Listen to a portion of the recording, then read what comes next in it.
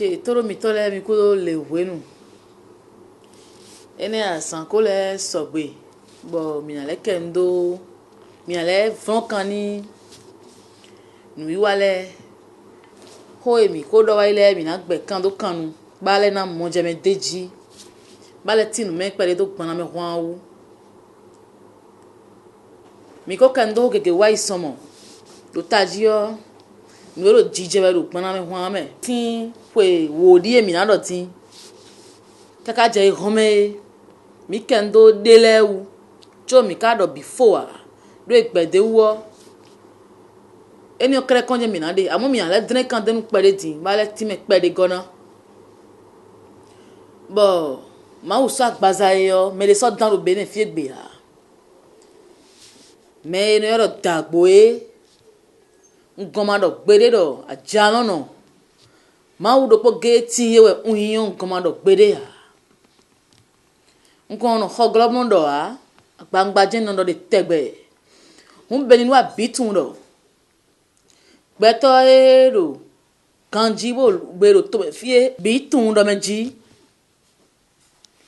mauti boso agbaza lo bodo bene ku gbanji esin komandi e ka tun do nu mo koton lo jijewe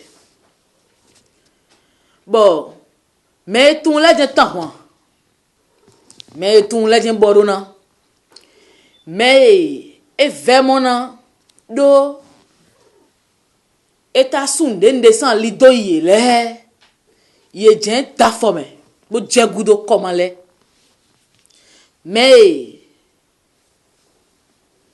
eta henu gbenale ndende gbenale gbana me kwanta ndende gbeda sinale ye jen me da hwan gobo jegudo le boni e ma ko mawe ina ko hen gbade ina o gba fine do bo hona ko fo nde sona po hono gbligli ero nu gba do gbana me hwan me on en gbeto si hono e to ma kan gbeto si hono me lo lugbe bi ko mo kun je me e to ma yo povu sinu wiwa de ya gbeto no li ta me yo bi ko tun do e hugan agbon eraye ejire bi ehu gan nu pipe eko ero bene ku gbanji gbeto e na yo nu peto nto sinto njeleto mehuto ya me hon lo yesi do bene ku gbanji fi ba no di khasini yele eko hu gan ye bi bo yesi dida ye ko sei comme ko gloye duna hamede inko ye tu ye de ba mi tu mi de ye tu no etu wemi hu gbana me hwan to mainu eto inu ma glade wo ndi do menu glado nu tole lo ye ko mo to na hu ye me jegudo le ye me da fo me le ye we won gbana me si tan eko wano mo ekpan me hwana ingbo nu imbe ko to sin gbe ma vo me le to fo Jesus si tan gbe ro gbana me hwan eko to tantan we eko tun do akuno so agbaza bora sunu yen akundo enonja comment dire vie egbo babo hi ho ni ono hu igbede ya ena jino yin na sazi na wazi na kuna hoso na vie na ena jokie nous fait nous je wo tout ver mais de non hu ibno bon si mi de nous on ko tunda menji e to ha ovi na tan mais aussi si on là na tan mais t'évitons là na tan ne we pe na dekhle na tu fin na jere we na suho ye na da digman na da oviwe na do to na da onti enele de so inu ro me pacha we ado ide ne ye won gbana me sitan be ho me gan gbana me do tan mi ado me enele bi sese yo bi o tan me Pilate do ye lo biotan me pharaon do ye biotan me hu Jesus le do me lo propo biotan me de e do na bia me gbon we be Véronique lo biotan me gbon be we so avo bo susun da sin Jesus we yo mo din apaton tututu o me so me fo Jesus bio sin be so o vinaigre bo so pe niyan mene lo mo e biotan me de aussi won siren to menu han cruise gbon ha fo Jesus bo wa dagbe ne bo do nkan to biotan me yo mo din meido emi wuli wa be wuli gbe be pato ele lo mo ye lo mo e bi o tan me gbon ni hun de dagbe wa to tan me bi o egbon mo de yan wa to lo mo e lo tan me bi o egbon gbana me ho ame yo me di nu gbana me di do ma we lo bo so gbe to bi so jole o ye iko e ton sin bu pede a to dagbe ji kawe mo je me jegudo komale bo mo ro ma we choka gbe ko le lo mo iko e lo ton ebi opan me wan si tan me ye je ma sin foto dagbeji a sauf ni e huzuo e je na ni ka so di guruguru de ya nkata so ba o ya we Paul o solo wa indai bono Christian le bo don te titengbe bo mi ando e hu star Christian hu toileton e dagbo ka hogwe yo e do po ojan le adi dagbo do po ne bo le adi hu me bi bo le a corriger erreur ton le bo blo nu bi kaka bo nu ton le ayon dagbo nu kume be ho me den ye wit atiti be on do ye wit Paul me de so fuli nyanya wa to de inda yo a ye wit Paul wa do egbe me de so do solo me wuto a bana me wan be yo bo mi je gudo che come le yo ngo do ho gege bo ko pitan gege eyan ma o sin yawe hotome pa wa saint odile bana me ton bedo parfait ni dégage mais ka parfait on we ene mi ko ti me wa ko hochi yo no vedo ni de so be sin bo ni lepo be yan ma o bana me wa bo mi la li oji bro yi we bo nu ejo mi pro sin do e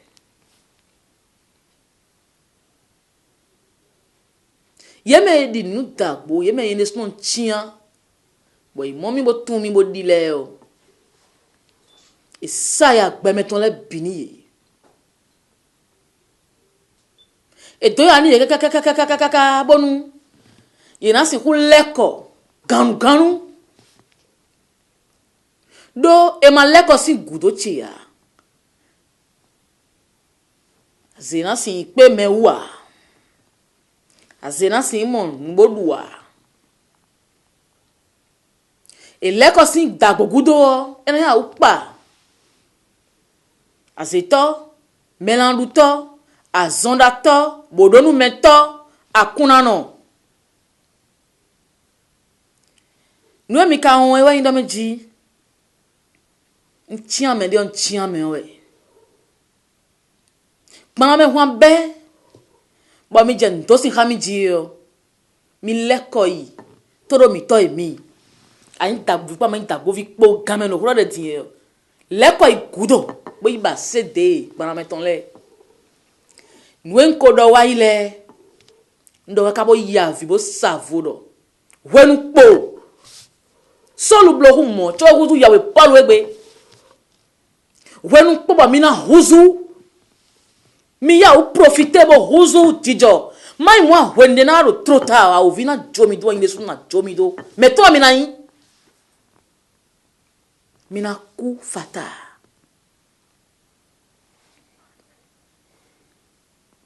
wenu po kan pa hwan ko biwe ndona Yahono yoro mene doto. Yahono gan yoro mene doto. To gan into eyi. Me biwe ndonando. Mi wa mi de yo mi jago. Mi ma jayo chenwo eno jayo chenwa. Eno tan wa mi be no pa me han. Do yen ko du de ji we chobo wa. Nou de akpon de do we lo glo. Bo sin tan wa e ko ji ya, e ka so man ji pede ya. Nou e do gbon me hwan la ji yo. De e ko ji nou e ko ka so man ji yo. Eyan o viwe po ima we po fine problem de we a. Mi si hu pe wa we do. Mi jo gedo. Bo ba huzu san li. Be do gban lo pale bi me bo gro jenglo. De yo po ma bana huzu a mo me ho lo ma bana huzu ne. Bo me no do nu yen to do to me fi bo me gege no di ni e. Bo yi wa me ho mo de me da lijile. Ye bije gbulu fanji. Ndo me na nkona yo we amen. Ye ka tun de ganji. Des références de ce pays qui ont commencé à biaiser, à niaiser, à faire de la démagogie. Ben, nous voulons nous, oh, fouda,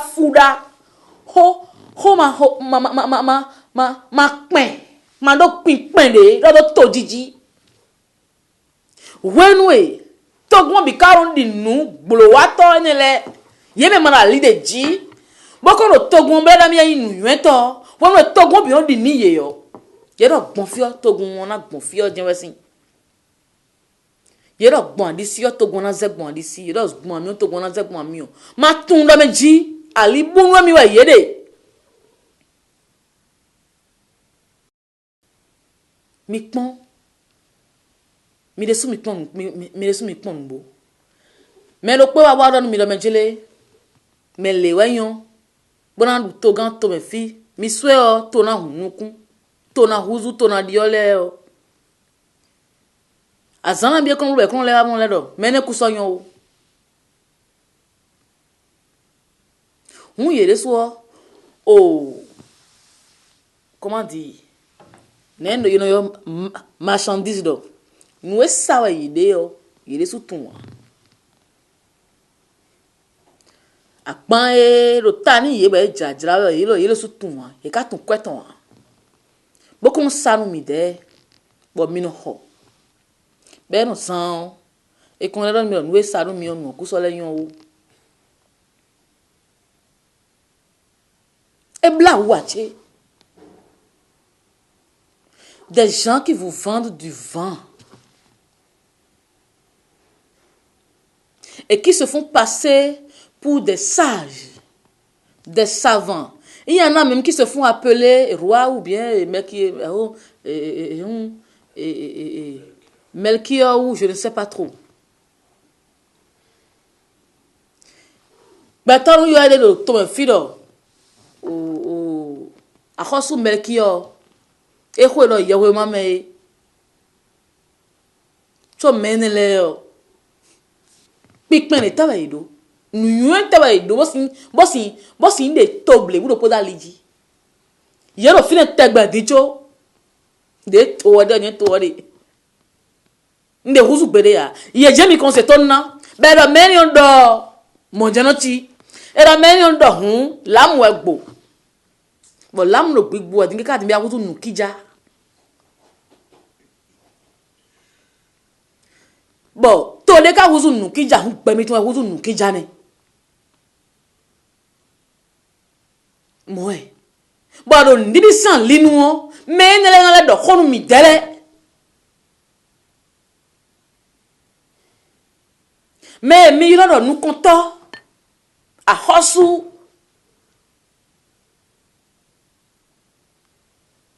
chef de collectivité we ya me mi lo yagono alo yagono ganwe ya me mi lo nu kunde ji do tome bon mi pon gbe le suno ton ye matre tunde na hwendo to mo vovo ae menele ye wa na mi do mawe a oviwe we ziza te menele kado sanu yete kado a chete karo yesi boy na si tun mawo bo dran lo donu mi te bo benevie mi boali bo je bo Zame, ye me no ple de zame le, no do hol mi do keze. E bla ose a. Ye me no ple de zame. Bono to le na wa, nu mi ton gbe le yo. Ye we no do nu mi no wa nu mi do keze. Nu bla no we. A blu gbe to na do, wa na mi le meje ko e lo kun ya blu e lo kun we ziza wa. Me da blu me yo. E we na do we ziza khonu mi ya. Beje mau kudo bo fita mi kade egbedi fi mi kade egbedi nwe na jere onu che mi na sede ya be ye me tun le ko tun ahwa eto me yesu me yo me tun le tun mi me ton bla ou le jen mi me de tafu po boa li na le e da hwan ko bo je ma ogudo bo je yen gudo a ja no gudo kaka je ko me tin cho no fi aje mi lo gbeje se edi me gbeje su so ya nda su zo no gbewe ya abi ndo khasi no gbe nu enyo je yin tegbe ache a khosu enyin je yin te ma je yin ton ne khosu gbe me fi ton na do mandat député le on 4 ans Fijen ne tegbe ache mi hohun bo duwe bo hohun kan mo ho le be din kaka din cho mi le mi lo peche se wedi bo peche na bu pere do a cha lo no yin mi dipo mi gbopo mo e a khosu gbe me fiton mi la khosu khodo e bo la khosu du khodo bo mandat khodo e mi ni kendo nu atin ubo préfet Pia pache territoire tuwe nyon we kero to enkan bo mi go ho nu ejero kan me hwamele do pone nu pligidi ejero kan me hwame bo gbe ma mo kun jewa bo ka bodo nu kan mo je kan me zunjile de die e saho e blo formalité la bi e mairie e préfecture be na me we ma le bi ba zaso gbe bo we préfet a si huide yo ana seme do ni asu kon to gbo a bo de chavi do tabo vle kuna bi ohwe ogbe o ne kon yo ne do menu mi ba ne ache e do ma o si nu ba we bo ni nko na gbe do tabo vle ni do nu si we na do ni a ovie no wa ngbo mo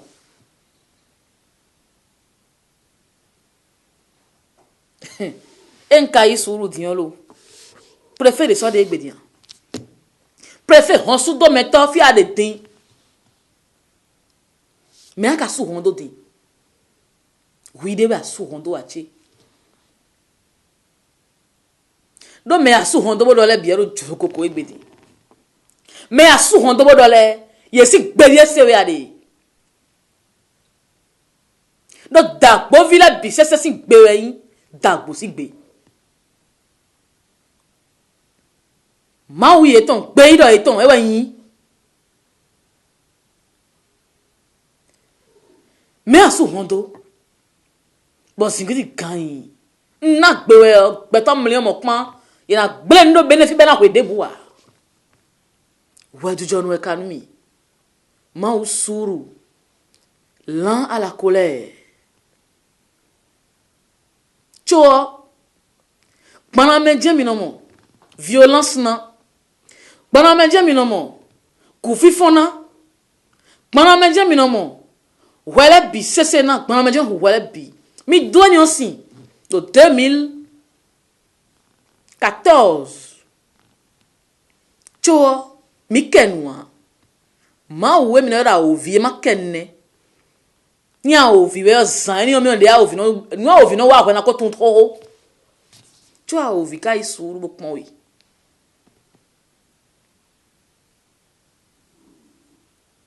ene bene ene wai edo mi pon no jero sa vero fie Yahweh ko da bo vileton bo weme Yahweh no yito eyin homan anagbe akonvitu ele bodo menjire ni dozo ni conscience indeji bo dozo weme karo mawu dagbe osinwe bodo weme do mawu san liji bo da gboyan ovi bo fiton le bida ovi sinwe ba ovi yo e conscience ndo wedi bo dozo wa bon ouais mais ma ouvie d'agbe yo ouais c'est maintenant le nia conscience ndo yewe ho mais le ton tabo dozo ouais mais nous comptons yewe no yito Christ aussi en force ro teto je faut Jésus wa comme fie yo et c'est avant vous ton là le do mais si yo rozo pon mais oh eyon wa 5 mois maintenant le non bien yewe ho iton le mais et desu no iton bon le dalisa haye bon kan hobio e do san iton le ou bon nu ya mo le gban nu kun e ton me no de daliji e ma nu ku e ton me no jo e to bon wa yi Jesus do po ene yo e wa wuli gbe to e fi yo e pa to nu mele de be lo so to teme bon wa ya go no yin to ka in Jesus ne si an fo so lo te to ba wa in Jesus wa defo nu Christian we ne le bon le ye na to nu meton zogban yo wa kun pon yi mais kala ovi o yiwe mais kala nu wa ovi don gan me nu e gbana me yan nu mi to me je mi na sede nu e mi le sun le mi ka yan mi le sun jina do to bi na mo nu wa mi to le bi na khle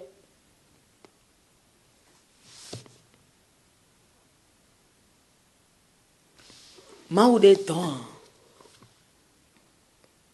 a ouviwe o towe a ontiwe bezebulu we mami we a ovesi honhon we mi kon hele bido utuche mi le hele birumi zunde sokpo wa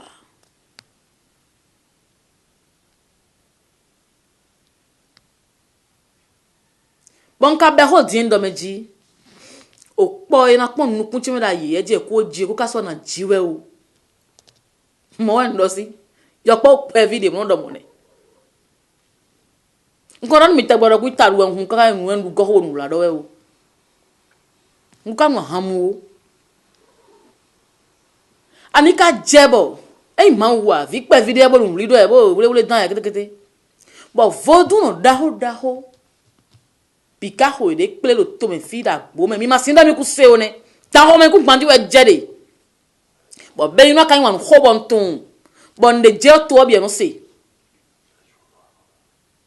kaka bo journal le bi won bo vote no bi ka fo bo choin tamon do perfect helue o we gbaja ka o kete o to ya on tin azanten we mi na o ya na wa to ya na ku o kete ni o hu kan me we on sa helu na on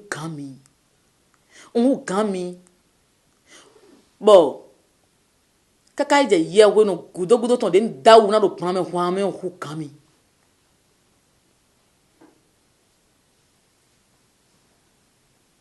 a che jete wa plan me ku gbanji yo e hu gami si o de mi si yo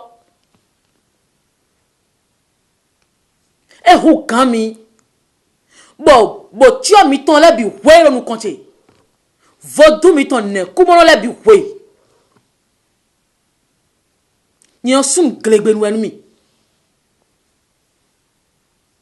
bo vodu de glegbe nu e na ko de nu enyo khle ho bona omo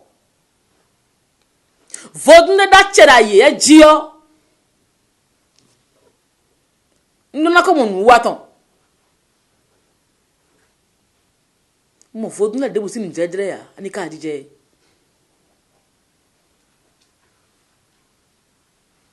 bo e bi on da lo gba mo pon mi bo me blo yele alo e blo yele be sigiriji betewu yon ro défendre ta bo village e de on défend yen yon ti on da bo village ji be bo tun ye me to me fie o tu pa bi no ko nkan yere de mi mo nbra bra pon yi kai mi se reje ya Nye donu mon koto si. Bon tout point de si bien la men da bo vide ya. Braquage me datu yele ya. Kwe tong bebe ibo ya tu jago bo datu ye ya. A misa ye ido sanjando. Be sekondo e baba bo tu ye me. Bon la ni de kunna no tu ko le problème na to me anji. Nye no bro no mon koto no chuan lo da bo vie ton leji. Ndi do che e ganja tu che leji. Donc oui nous gratter wa. Bon vodon la big dalo pa bo nous po bo. E wa po nous peta ko ma opo.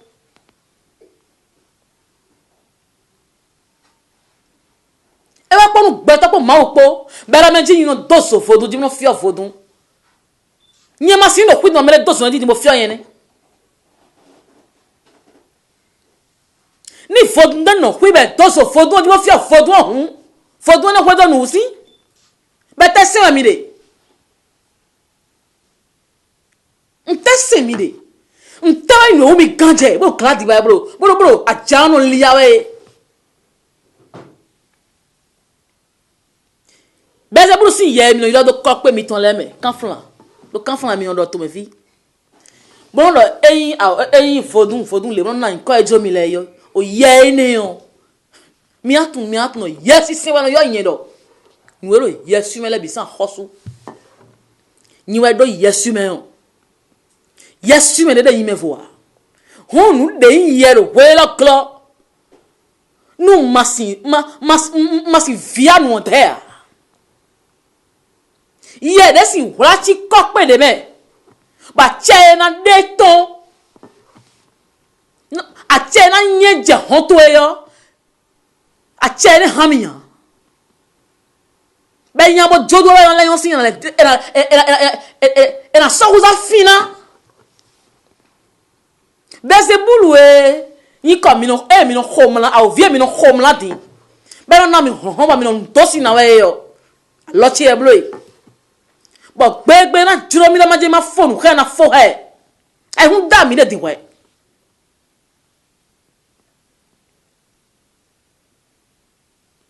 E so pe ya benevie mi.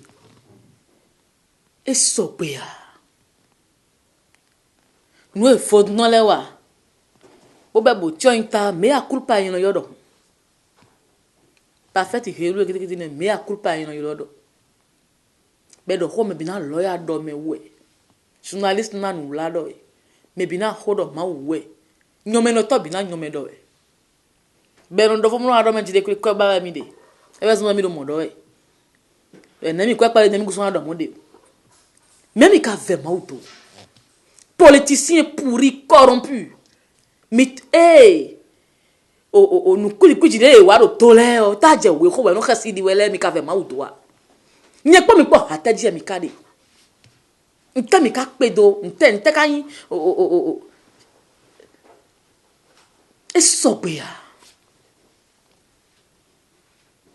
esobia. Boy ya ida bo village lo to me fi e chia mi doya ni ye bo so e bi se so huzu ndoda itona mo wasi mi so e bi so huzu ye hwena mo ya mi sa ni ye le blame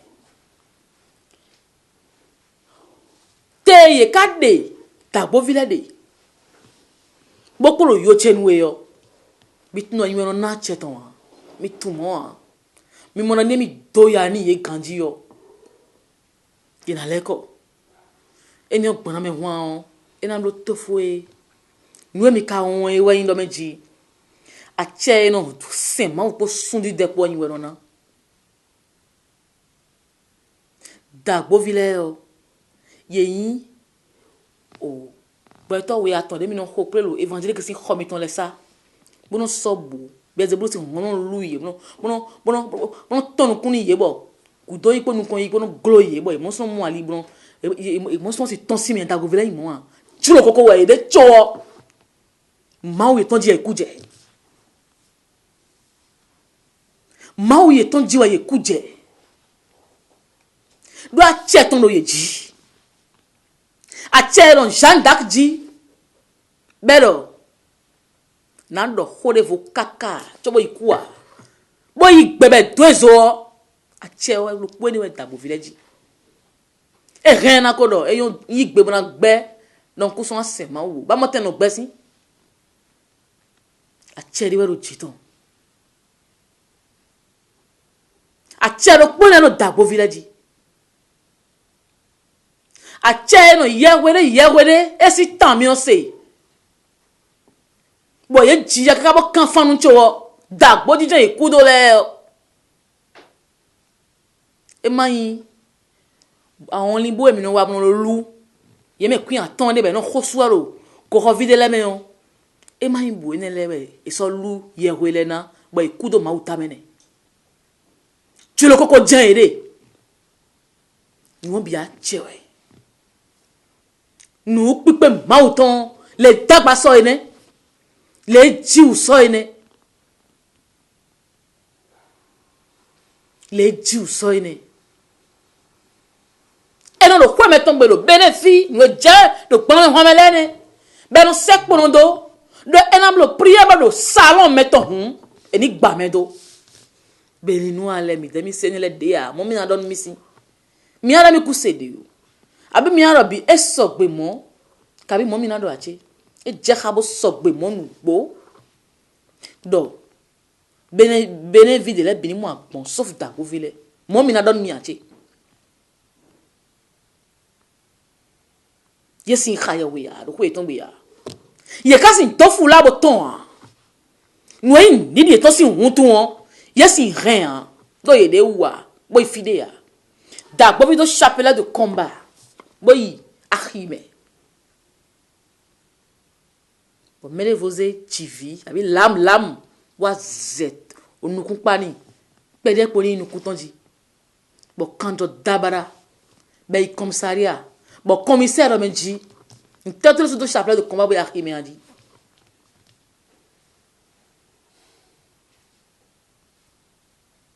enala bi sogbe mo ache e sogbe si do yi weda ovisen we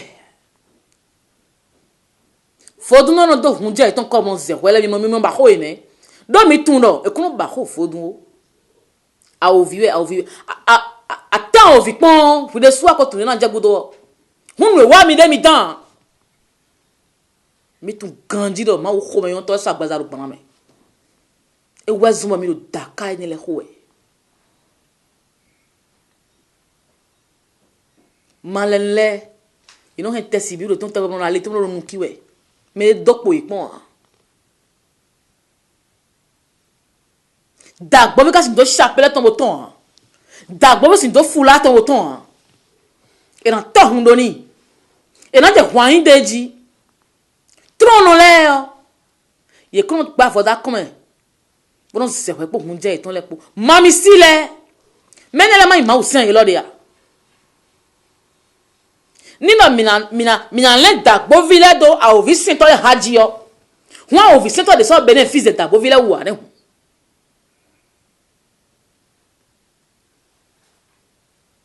be do ne le bisi ha dagbo vile cho miwe kalo ma u dagbo yo sen we mewe ka no gudo bo ka do glogi nu to bo ulu to bo fon won do dagbo vile di ho man legend we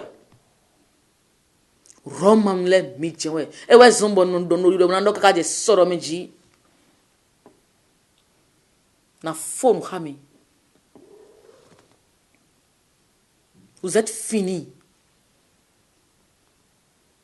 mi américain na phone khami ba obobo na nonu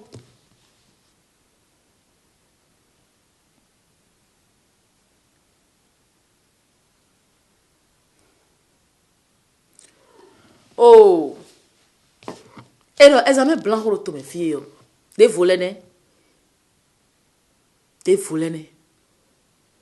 ero examen blanc ro to me fie bero meku anika jebo meku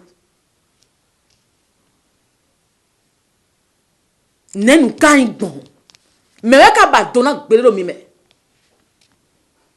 ho je million do toji nous je million wuri do toji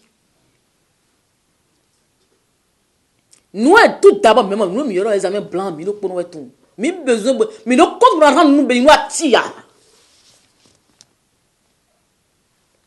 on no compte de na rendre nous di do dea do yin wa do mi nda tia mi to mi am mi la tia me bo de da bo ve na do nu wa ni bon ti me ni e bo kado me de da ze we ma blo atunde ade ho ma te ma o po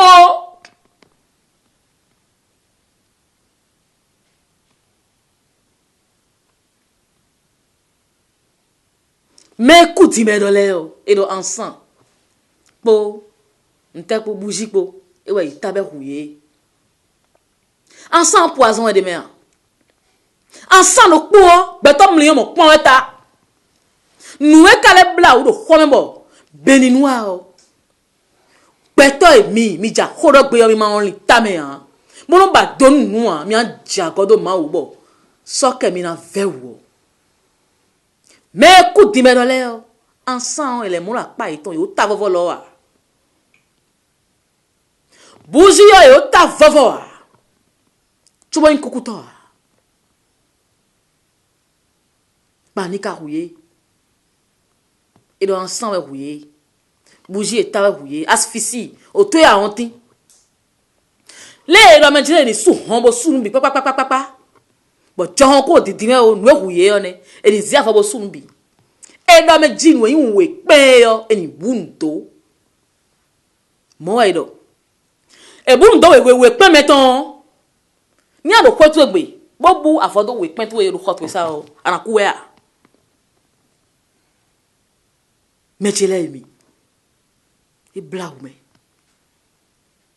abundo we petu ana kuya ende edo ni su homo su flete su rubi mi jamla izam ko mi ton legba mi no su on ko flete po ai ko mo no kan benen video pro po ai benen video on ja mo dogbe sanme mo jo honton po flete to podo nouveau ni do mi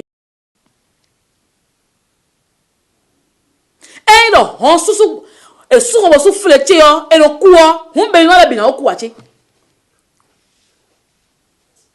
hun e su ko su flete meton ku e no ku Christian Roma vi e mi ma o vi ko he mi no ta vera lo ko mi ton le bi ai mi no jai mi no pe padanu bo mi no ko su homo ko su fenêtre bo no ta vera bro khaya ko na Maria e no mla yan ai humita vela ku mi no ku o mi me mo tun nu na ro ensemble bene ku pandi file tegbeje e no jai mo gbe bo no ensemble yan mauvais esprit bo no ko su hon po fenêtre po bibo mo ko ta ensemble ko meton tete yan yi to salon meton tete yan yi mais no ta ensemble ku e no ku a ba ni ka jebo gbana me yo dans la métro et verser nous mi kaka mi ne su mi jije bo ya bo da pon do zam kan ko bi mi do bo kan ho lo bi mi te un ka gbe manu dans la maison là c'est la question qu'il faut se poser a o vi we so won gbe nu ma wo da yi mi to me flavo ache mi kan mo bi mi de ne be ma gbe manu fodun so mo ne ka gbe mi ma gbe wa na o vi so mo mi no ibo ko ko tegbe ne ka gbe ma gbe wa nu ye de so mo mi me yo tan leo ne ka gbe ma gbe wa na bo mi se tan ho mi no do allergique na ni de mi se gba me ho e no ve mi uso ne ka gbe ma chi mo nu mi ya de ka gbe bo mi se mami ho mi mo no chia mi mo hire di de mi se gba me ho mi no hire gbon esu mi je mo kan bi mi de ji ai esu mi kan bi mi ro me je ne ka gbe bo gba me on je kon ve o tout je so mo soit adaze bo gba me di jo intérêt to ji bo la ya na lule lo bi sans si to we raison fondamentale nous ko ko tone ni wa do mo mi yo kwa mi lo paquet soit a o viol dessous ouais c'est un bon ma wada yi to me do ata gan wudu do a da gbon do pon wi de kaka ni ma da ze ya o nu ezo ma pe ma nu pon me asi tumbo do do e do mami ho anu sinu a e do vodu ho anu sinu a e do nu ya ho anu sinu a e do boko no ho anu sinu a e ka do gbon me ho anu sinu mon chia mon jema don't tell don't tell mandan mi da me jele beta ku sinda mi ma wo o kete kete ya ma gran no fe madam mi chanwodo beta tu me fi po asito da o da ko de po mo do me je mi do me ku mi do me gan e me ne lesson kon ve otutu ya me hu to bo to me fi mo kon do po hono wele de sin no ve otutu ya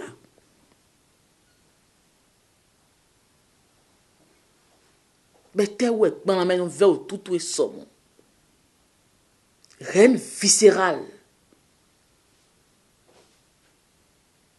sans démordre, ça dit, contre Gbaname.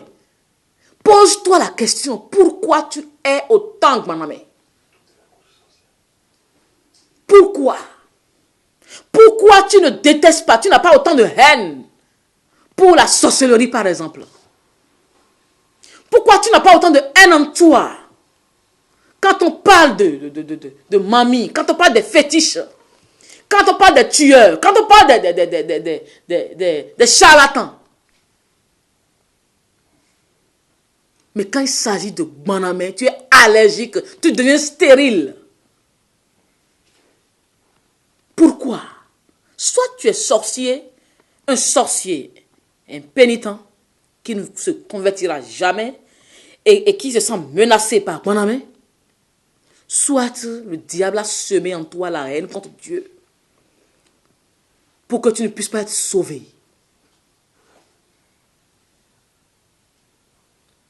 Bon, on peine Gbaname on. We don de mi azeta son da ton to tin tole mi dan me. Mi we un kon toji. Mi we un ason ene kon toji. Bon me lo dijawe. Yeme de mo ha ye ko ya. Yeme de ma u ma do nde ni ye pon yeme de do se gbe li ton e ton lo wa gbagba njomele o. Ason ene mo ide bo wuli. Be lo dije do Gbaname wan we. Allo me de lo Gbaname kunyo suma do kunyo o. L'idée mi au village lebo me de ko wa ko problème mi du bro me jele. E mi na blo pon nu mi abi mi na blo nde mi le voter nu me po won. Me le va do mi lo Gbaname a oviwe o mi o di na. Malitame. Bon mi lo zuzu mi we bon. Bon, vous insultez l'intelligence que je vous ai donnée. Ma ou zwa mi de bon nous lile mi ton le blame. Ma ou nous yo e na mi e yo. Comme ekpende ou ado mi de ne. Don na mi taglo. Bon na mi nuyo bon na mi ayiha. Nuyo a chero de do fon de na mi. A on ti mi to tu wan da gbe wan yanya. Mi de kon zen nous mo se a on ti me han. Bon negbo mi masin tun. Nou dagbe yo fi de yo mi masin tun. Negbo si we odie yo. Mi de ayi mi to ko donu mi la me jele Gbaname yo ko yan a ovi tien wa ya. Mo poro te a. A ovi te nu somo a. A ovi no adagbe ya. A ovi wan no so a. A ovi no wole megan le Gbaname wa blogben ya. Negbo mende masi kamo bi ide ya.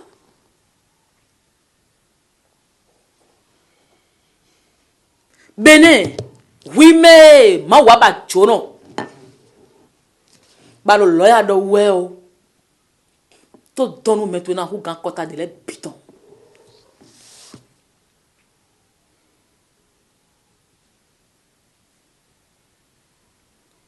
Todo nous mettre yo. Et là, quand je te jugerai sévèrement.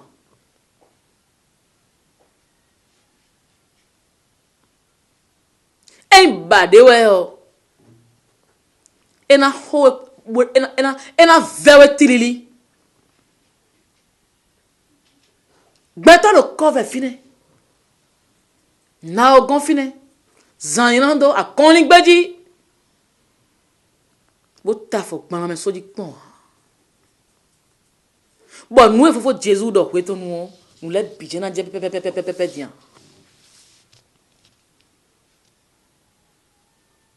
Et David ici, nous villons, nous voulons d'eau, nous vivons tant qu'à ici, mais qu'à tout iné. Et mes malia Dieu tout, nous commettons un fion de mi ma ou ebe a Dieu. Et qu'à donner ici. Ya, il donne nous tout au jero nous commettons mes lèvres, quand à dévoler mes jero. Il n'a qu'au dim. À mon nous vivons nous millions. Mais dès que nous avons été au not tomber. Mi mero. On les gants pas les midien en bas pour. Beka blau. Mi mero. On les gants pas les en bas pour. Be blau. Examen blanc ou ennemi pon les ingben. Matin ma ou pon matin pon rek pe nou nou bo adi. Npe nou si ndo pe nou wa e koton din. Bon mi ka zeko de toji. Bon bana me blo rituel blo roumain. Et ta me mi tourner le rituel là. Nte me le rituel. Et dans les temps ensemble ta vela, ben le rituel. Ensemble et mide, hum ben yo de temps ensemble quoi. Ben yo no temps ensemble le bien rituel non blo.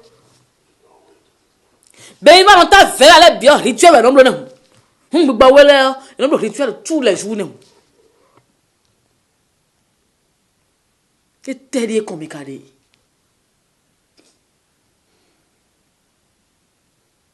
Et terrier comme idée. Et jadi e ran da go vero mi no home no asan we asan ton e yo mi david tun we tu we ya mi ba gba mi kuro ma u ba we mi ba ra me jere ma honi ye kere ai e ko ma we mi le ton de o ai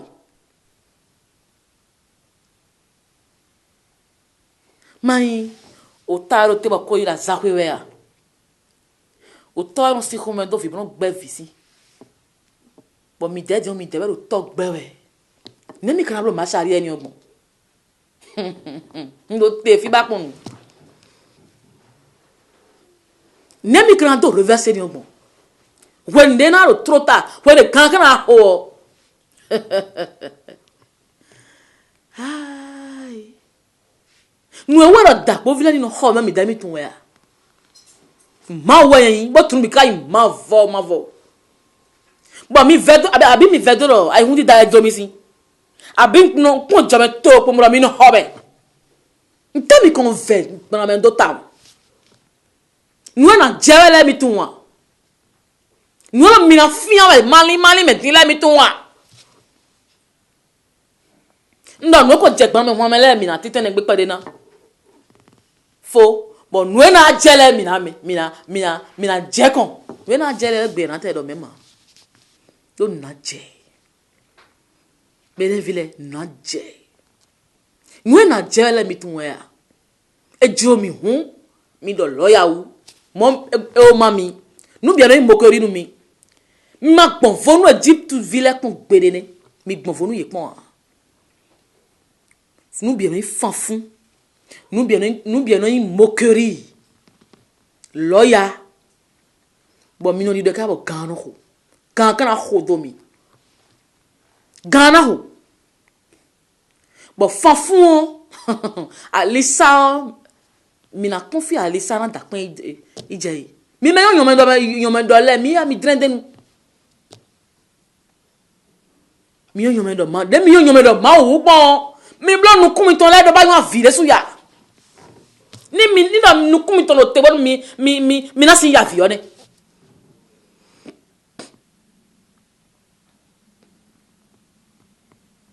do le ka e mi so jele mina on me chele mi be na so jele mina na jele mi me itonglo mes amis na san mi lo mo e ka basia mes amis basia do po ni lo na sanu mi azana pe nu mi jin we kokoro pe gbe ton mi lo yan chona woli ne azan mi ton na pe azan e ka na pe wele ka so lili me azana wa azan ni lo nu po so wa e na pe gberopo bero da bo vile ino home don den dewu ma vo e tu nu bie bo mo nu bi ka so ma vo we do ho mon ka tu nu tu don che mi me mai mau na le o ta kan mi de me mau mi ton de mi tun be in defo bo do mi na hun le gan we o e yan san so gbe ma wo ne ma jete ya o fi na ko mi de re afọ na so o pe na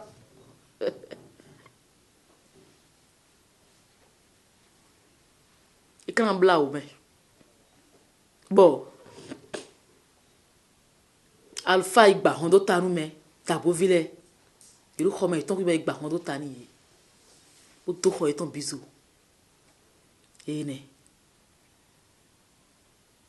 cho gbana me on je ma yon ame gbana me je ko ba gbana me je inu me ayan o inu mi ka lo ha da gbana me vile ne bero gbana me ko lewo hu me gbana me ko lewo blo victime bo MTN mo so move mo so mais bébé vede ou ahi mi ton comment dire ahi ouais quand on va ahi le DJ ouais mi ahi ni je kandi ahi ana kendi réseau les moi ça ben ino les moi ça journal les moi ça bon boname wa so do intimité ton vous violez l'intimité de la mission de boname constamment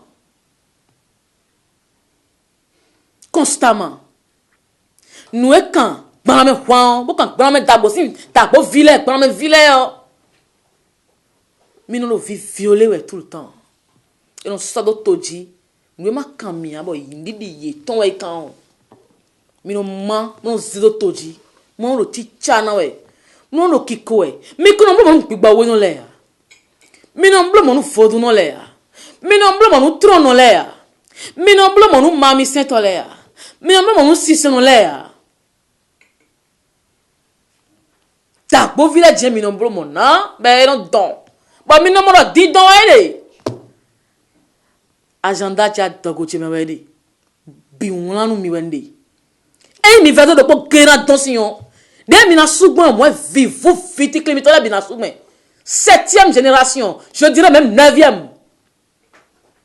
Et là, c'est encore pas indulgence. Nous blau cour mettre les note génération Ténégon. Vous allez payer jusqu'au dernier centime. De sopéa. Au bec bois, il me sent pas mi don da bovile. Si vous voulez cas de fidèle. Et là don ya, moi c'est donné. Dès que vous Jésus est dans mes vedoa, m'a donné.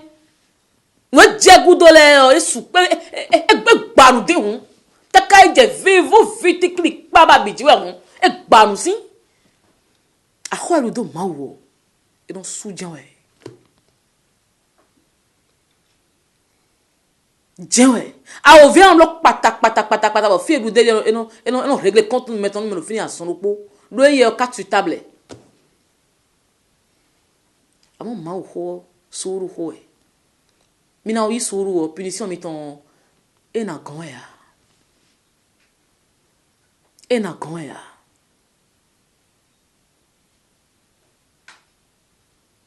ni me domie mi so le ballon bana e bo so mi kuzu punching ball na bo ki ho e bon ndala ba mi pon mi mo mi wo do nu we nda ti sabo kha mi do tan mi le kana lo che me bon e magda awunya bo khero ation ta wes mo yin kholo no mo mi vedoa nous bla cour me inde po bla okunu mewe nka di do meji ekunu bla wonu mi kakao limite odi mi wai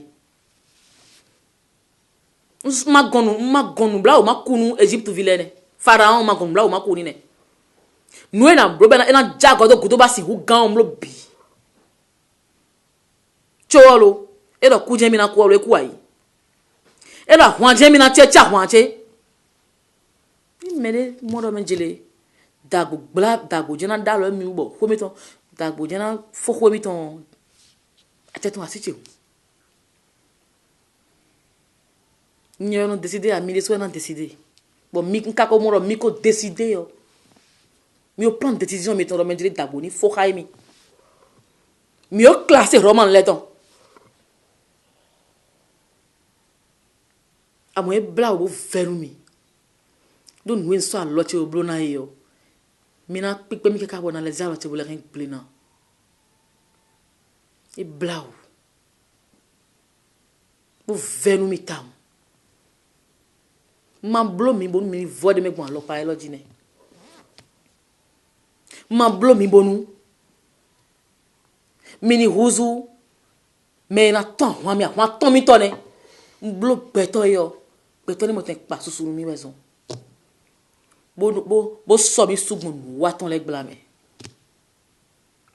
dido e na semi bo simi ba cheche na non titon tegbe e we mbaro beto biseni mo ka so agbaza bo wa mi tetin bo hen gbe yade wa nu mi bo mi o pipe mi zindere mi le mi ku ba gbe o ku ba we mi de bo ni mi le ku diyan na le do ma o kuno wa mo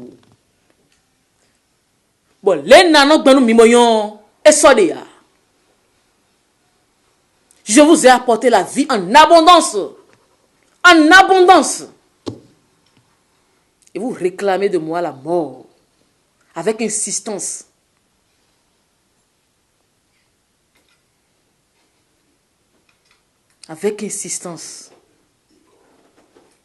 vous l'aurez nous vivons d'attendre ewe no ne ede kuno fide kuno bia wo huhu totu mo so o tanda lo meni yo fie ka bia dan se so huhu ni ya de o ene ro possible mo ni contrat so possible bon ne de ma simbi o huwe na me tan bon mo de ma sin na bia me tan se so huhu me ale bi do wan tun we ne fie bia dan ya so dan ni fie bia o huhu na so huhu ni fie bia hu yan o ela sa uyani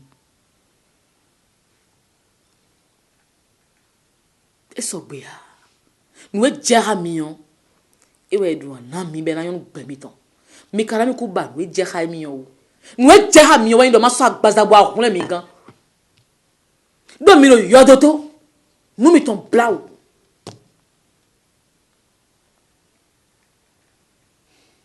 nu ro DJ ro gbona me hwan e lo me si pe wo di ele yo esin khabia kasin do bia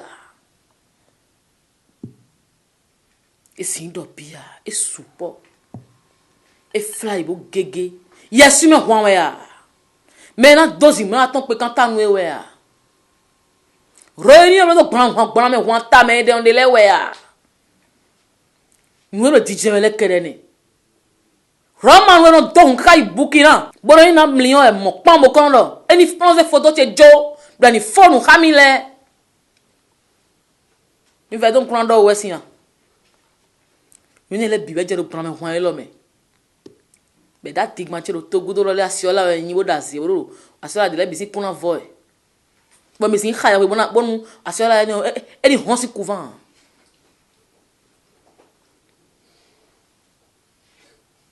Nous disait que nous le kelene. I blau. E bloqué kabo yulo e yulo la konik beti bu kon da la jembo tian bodo e desi bodo nu me be glo e yulo bu kon da la Africa beji le bodo me na pe wo ya ne villa ya ne 50 millions ya ne detan ya ne detan na do to ji ami vedo ne makando agwe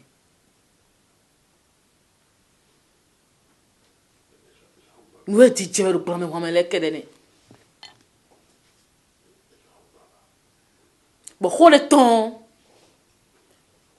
mais les copains pas dingba no zin to aji po won mais bi no kisi do po ben no huzu sujet d'actualité et no huzu ndudu et no huzu a jobe no tira et no huzu bon pendant me ho ou dien hele bi no yon kondo devenir sabat nazene nous volons ntesi ntetu ko na yodo wa sunko mais doit kendo ma wulene mais mina di nalene e blaou et donc quand l'autre fila manje ko yira manje ko ina de kansi en tin na koliago ni enjo ando no sinyo kan na des kan tena so kan wana nous na isa koliago wo kan ya ma kan ne nous défaut do tout en bon nebe kwa humo en tout cas on gens critiquer ni ofia do mi ko régler kaine ba ting malé non di dodo to jiwe et de temps et dans des temps et des temps et en des temps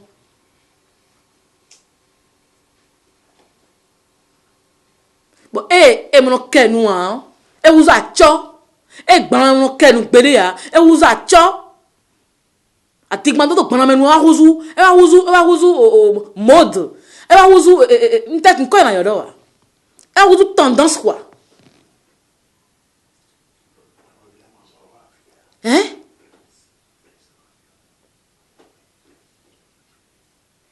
ben télé de yo e na gbere ku ja gban mesi nu jiragbe yo gban mesi nu klegbe yo e no yika no ikwaro Messi bi bono yele ma mo le agbe bon le do ta na di homan le gbe to homan le sian yewe do mi lo to me télé radio journal le yena gbem kuna jeng bunya khle gban Messi nu do gban me da chere to me fia nu e jedo ahwan elo me le kerene e ya e kan do e do ndo to gban me we gban me ku démenti yo fita mi na démenti gbon ena yoro ma dona do no ikmo mo le wa igbon press on gbene be musele me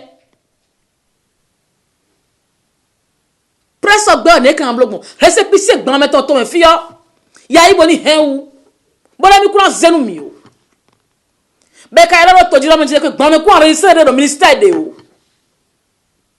mi po che gbigba be ele na gbegbon be ne to bi me do bana ma ja wa no file wen ni bi récépissé ton do no mi ku na mi o bana ma te coincé me a khosu gbem ko na récépissé o bo ka ro to jiro me je kele mi ku blanc enregistrement o mi ku se reconnaître mi o mi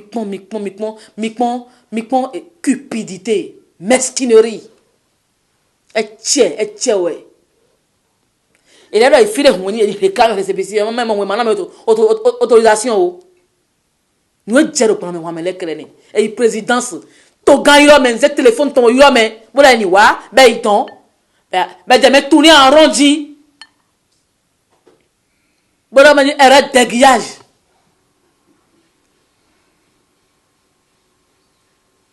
enka mo ya ibo ni on we go do palais le président so don e ka sere bo de boudé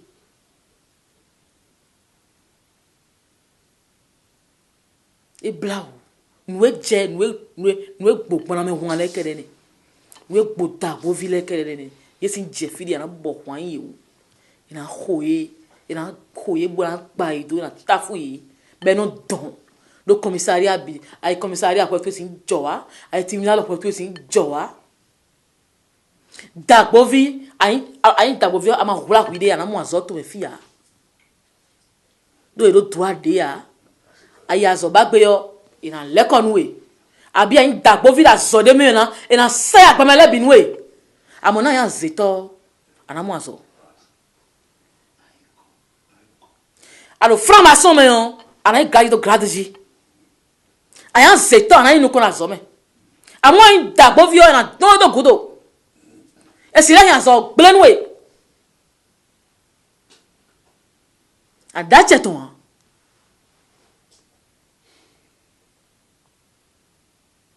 But d'abo vile ka dere nous. Donc n'achète on a esu di dere on. Donc o tiens esi do. Israël vit kolorun. Ko dabon. Mele diro ya mama yewe. Nous mi wabo bobo tafuye. Nous mi wabo gbidi ye nous mi on dede ya. Alors tu me dis tiro yeji. Tebe. Ye quoi dopon? Mi bloni la bito ye quoi do? Ye gbe ayi. Ye ngwe ache. Ye lo ngwe si. Ye lo ngwe. Nous mi tosin hak baname. Teme le. Oh. Il a pas soutenir talon. M'blo asi. M'blo. Me talon wa ganji. Mi dijo pour mi popo me de choisir mi meilleur me na yi. A cause David on y choisir ton. Quand merci en vie bio a. Bo talon wa ganji. De talon wa ganji yo. Ta bovi nembi we mi lonna. Ben profiter talon si faveur de. Ta bovi hokan do talon si tamele nembi we lonna. Mi de mi kai nu bio luto. Ta bovi de nu bio luto. Da bovi la si en jo da boe. Mais et ça do gandio te surtout ye yo. Talon ma yin we ne senu ya. Ta gro no nan le yin we ne si nu yin we ne. Le na blogbon ni le so na so da yi ton merci. Mi lo gobon ta bo vilewe. Do maintenant yi we ho kan le bisese. Nous di jeru pa me wa me le kedene. E yin lo ma wo no politique we yo. Mi na o monde pon to me fi.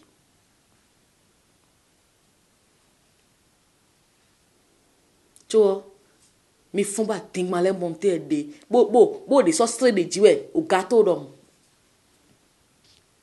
Mi o de sortir de diak pété zindom. O pana me den ve adomi. A ze mi dubo. Mi ma balo menjelele eni. Bon mi. Nous ek pana me nwa ici mesi yo biwe na ici mesi lo pona kwa. Na yibo kwa lo mi. Laver les mains. Na yibo kwa lo nu mi bi mlemle. Fi mi du mele sin lan bo hubeto bo wa peto nu wa hunu je o. Ma vadia timi je ekpe. Fi mi tafu ko me von le. Bo na rien dogo bo jivi meton. Bon mi ya no fin to lo me dire que le e mi ona sodwe me ale na panu mi. E on le na panu mi. Cho mi ole sodu. Ekpe. Mais le monde me dit mi we no ho kan ni tun do me dit que mi fonu ha gbeja. E so hu mo ndo bayi. Bonu mi ka se yo. Mi bio mi de me. Bo tun do me dit me de ko no pe do ha ma u be no pe o. Nu dagbe. E je no pe do ha ma u be no pa me. Amo a do ha ma u o. Pe mi to yi. E pa togbo mi ton le a mi we na pa. Ali ezomi de gaje fidion. Ene. Wele voro mi na kendo. Nwero tekpon. Bene. Chobe dan. Bo gbe nu jonu li. Bo yon men do wele o. Mi na kende o. Ena chenu mi kudo toro me. Bonu. A che me. Dido meji. A che dagbe je ti tosi dagbo mele o. A che je ni kondo lo propo iton leji. Bo kunle ikan. Bo na e fifa. Bon, on va beni moi pour moi jai. Pour mon corps de safouin. Merci.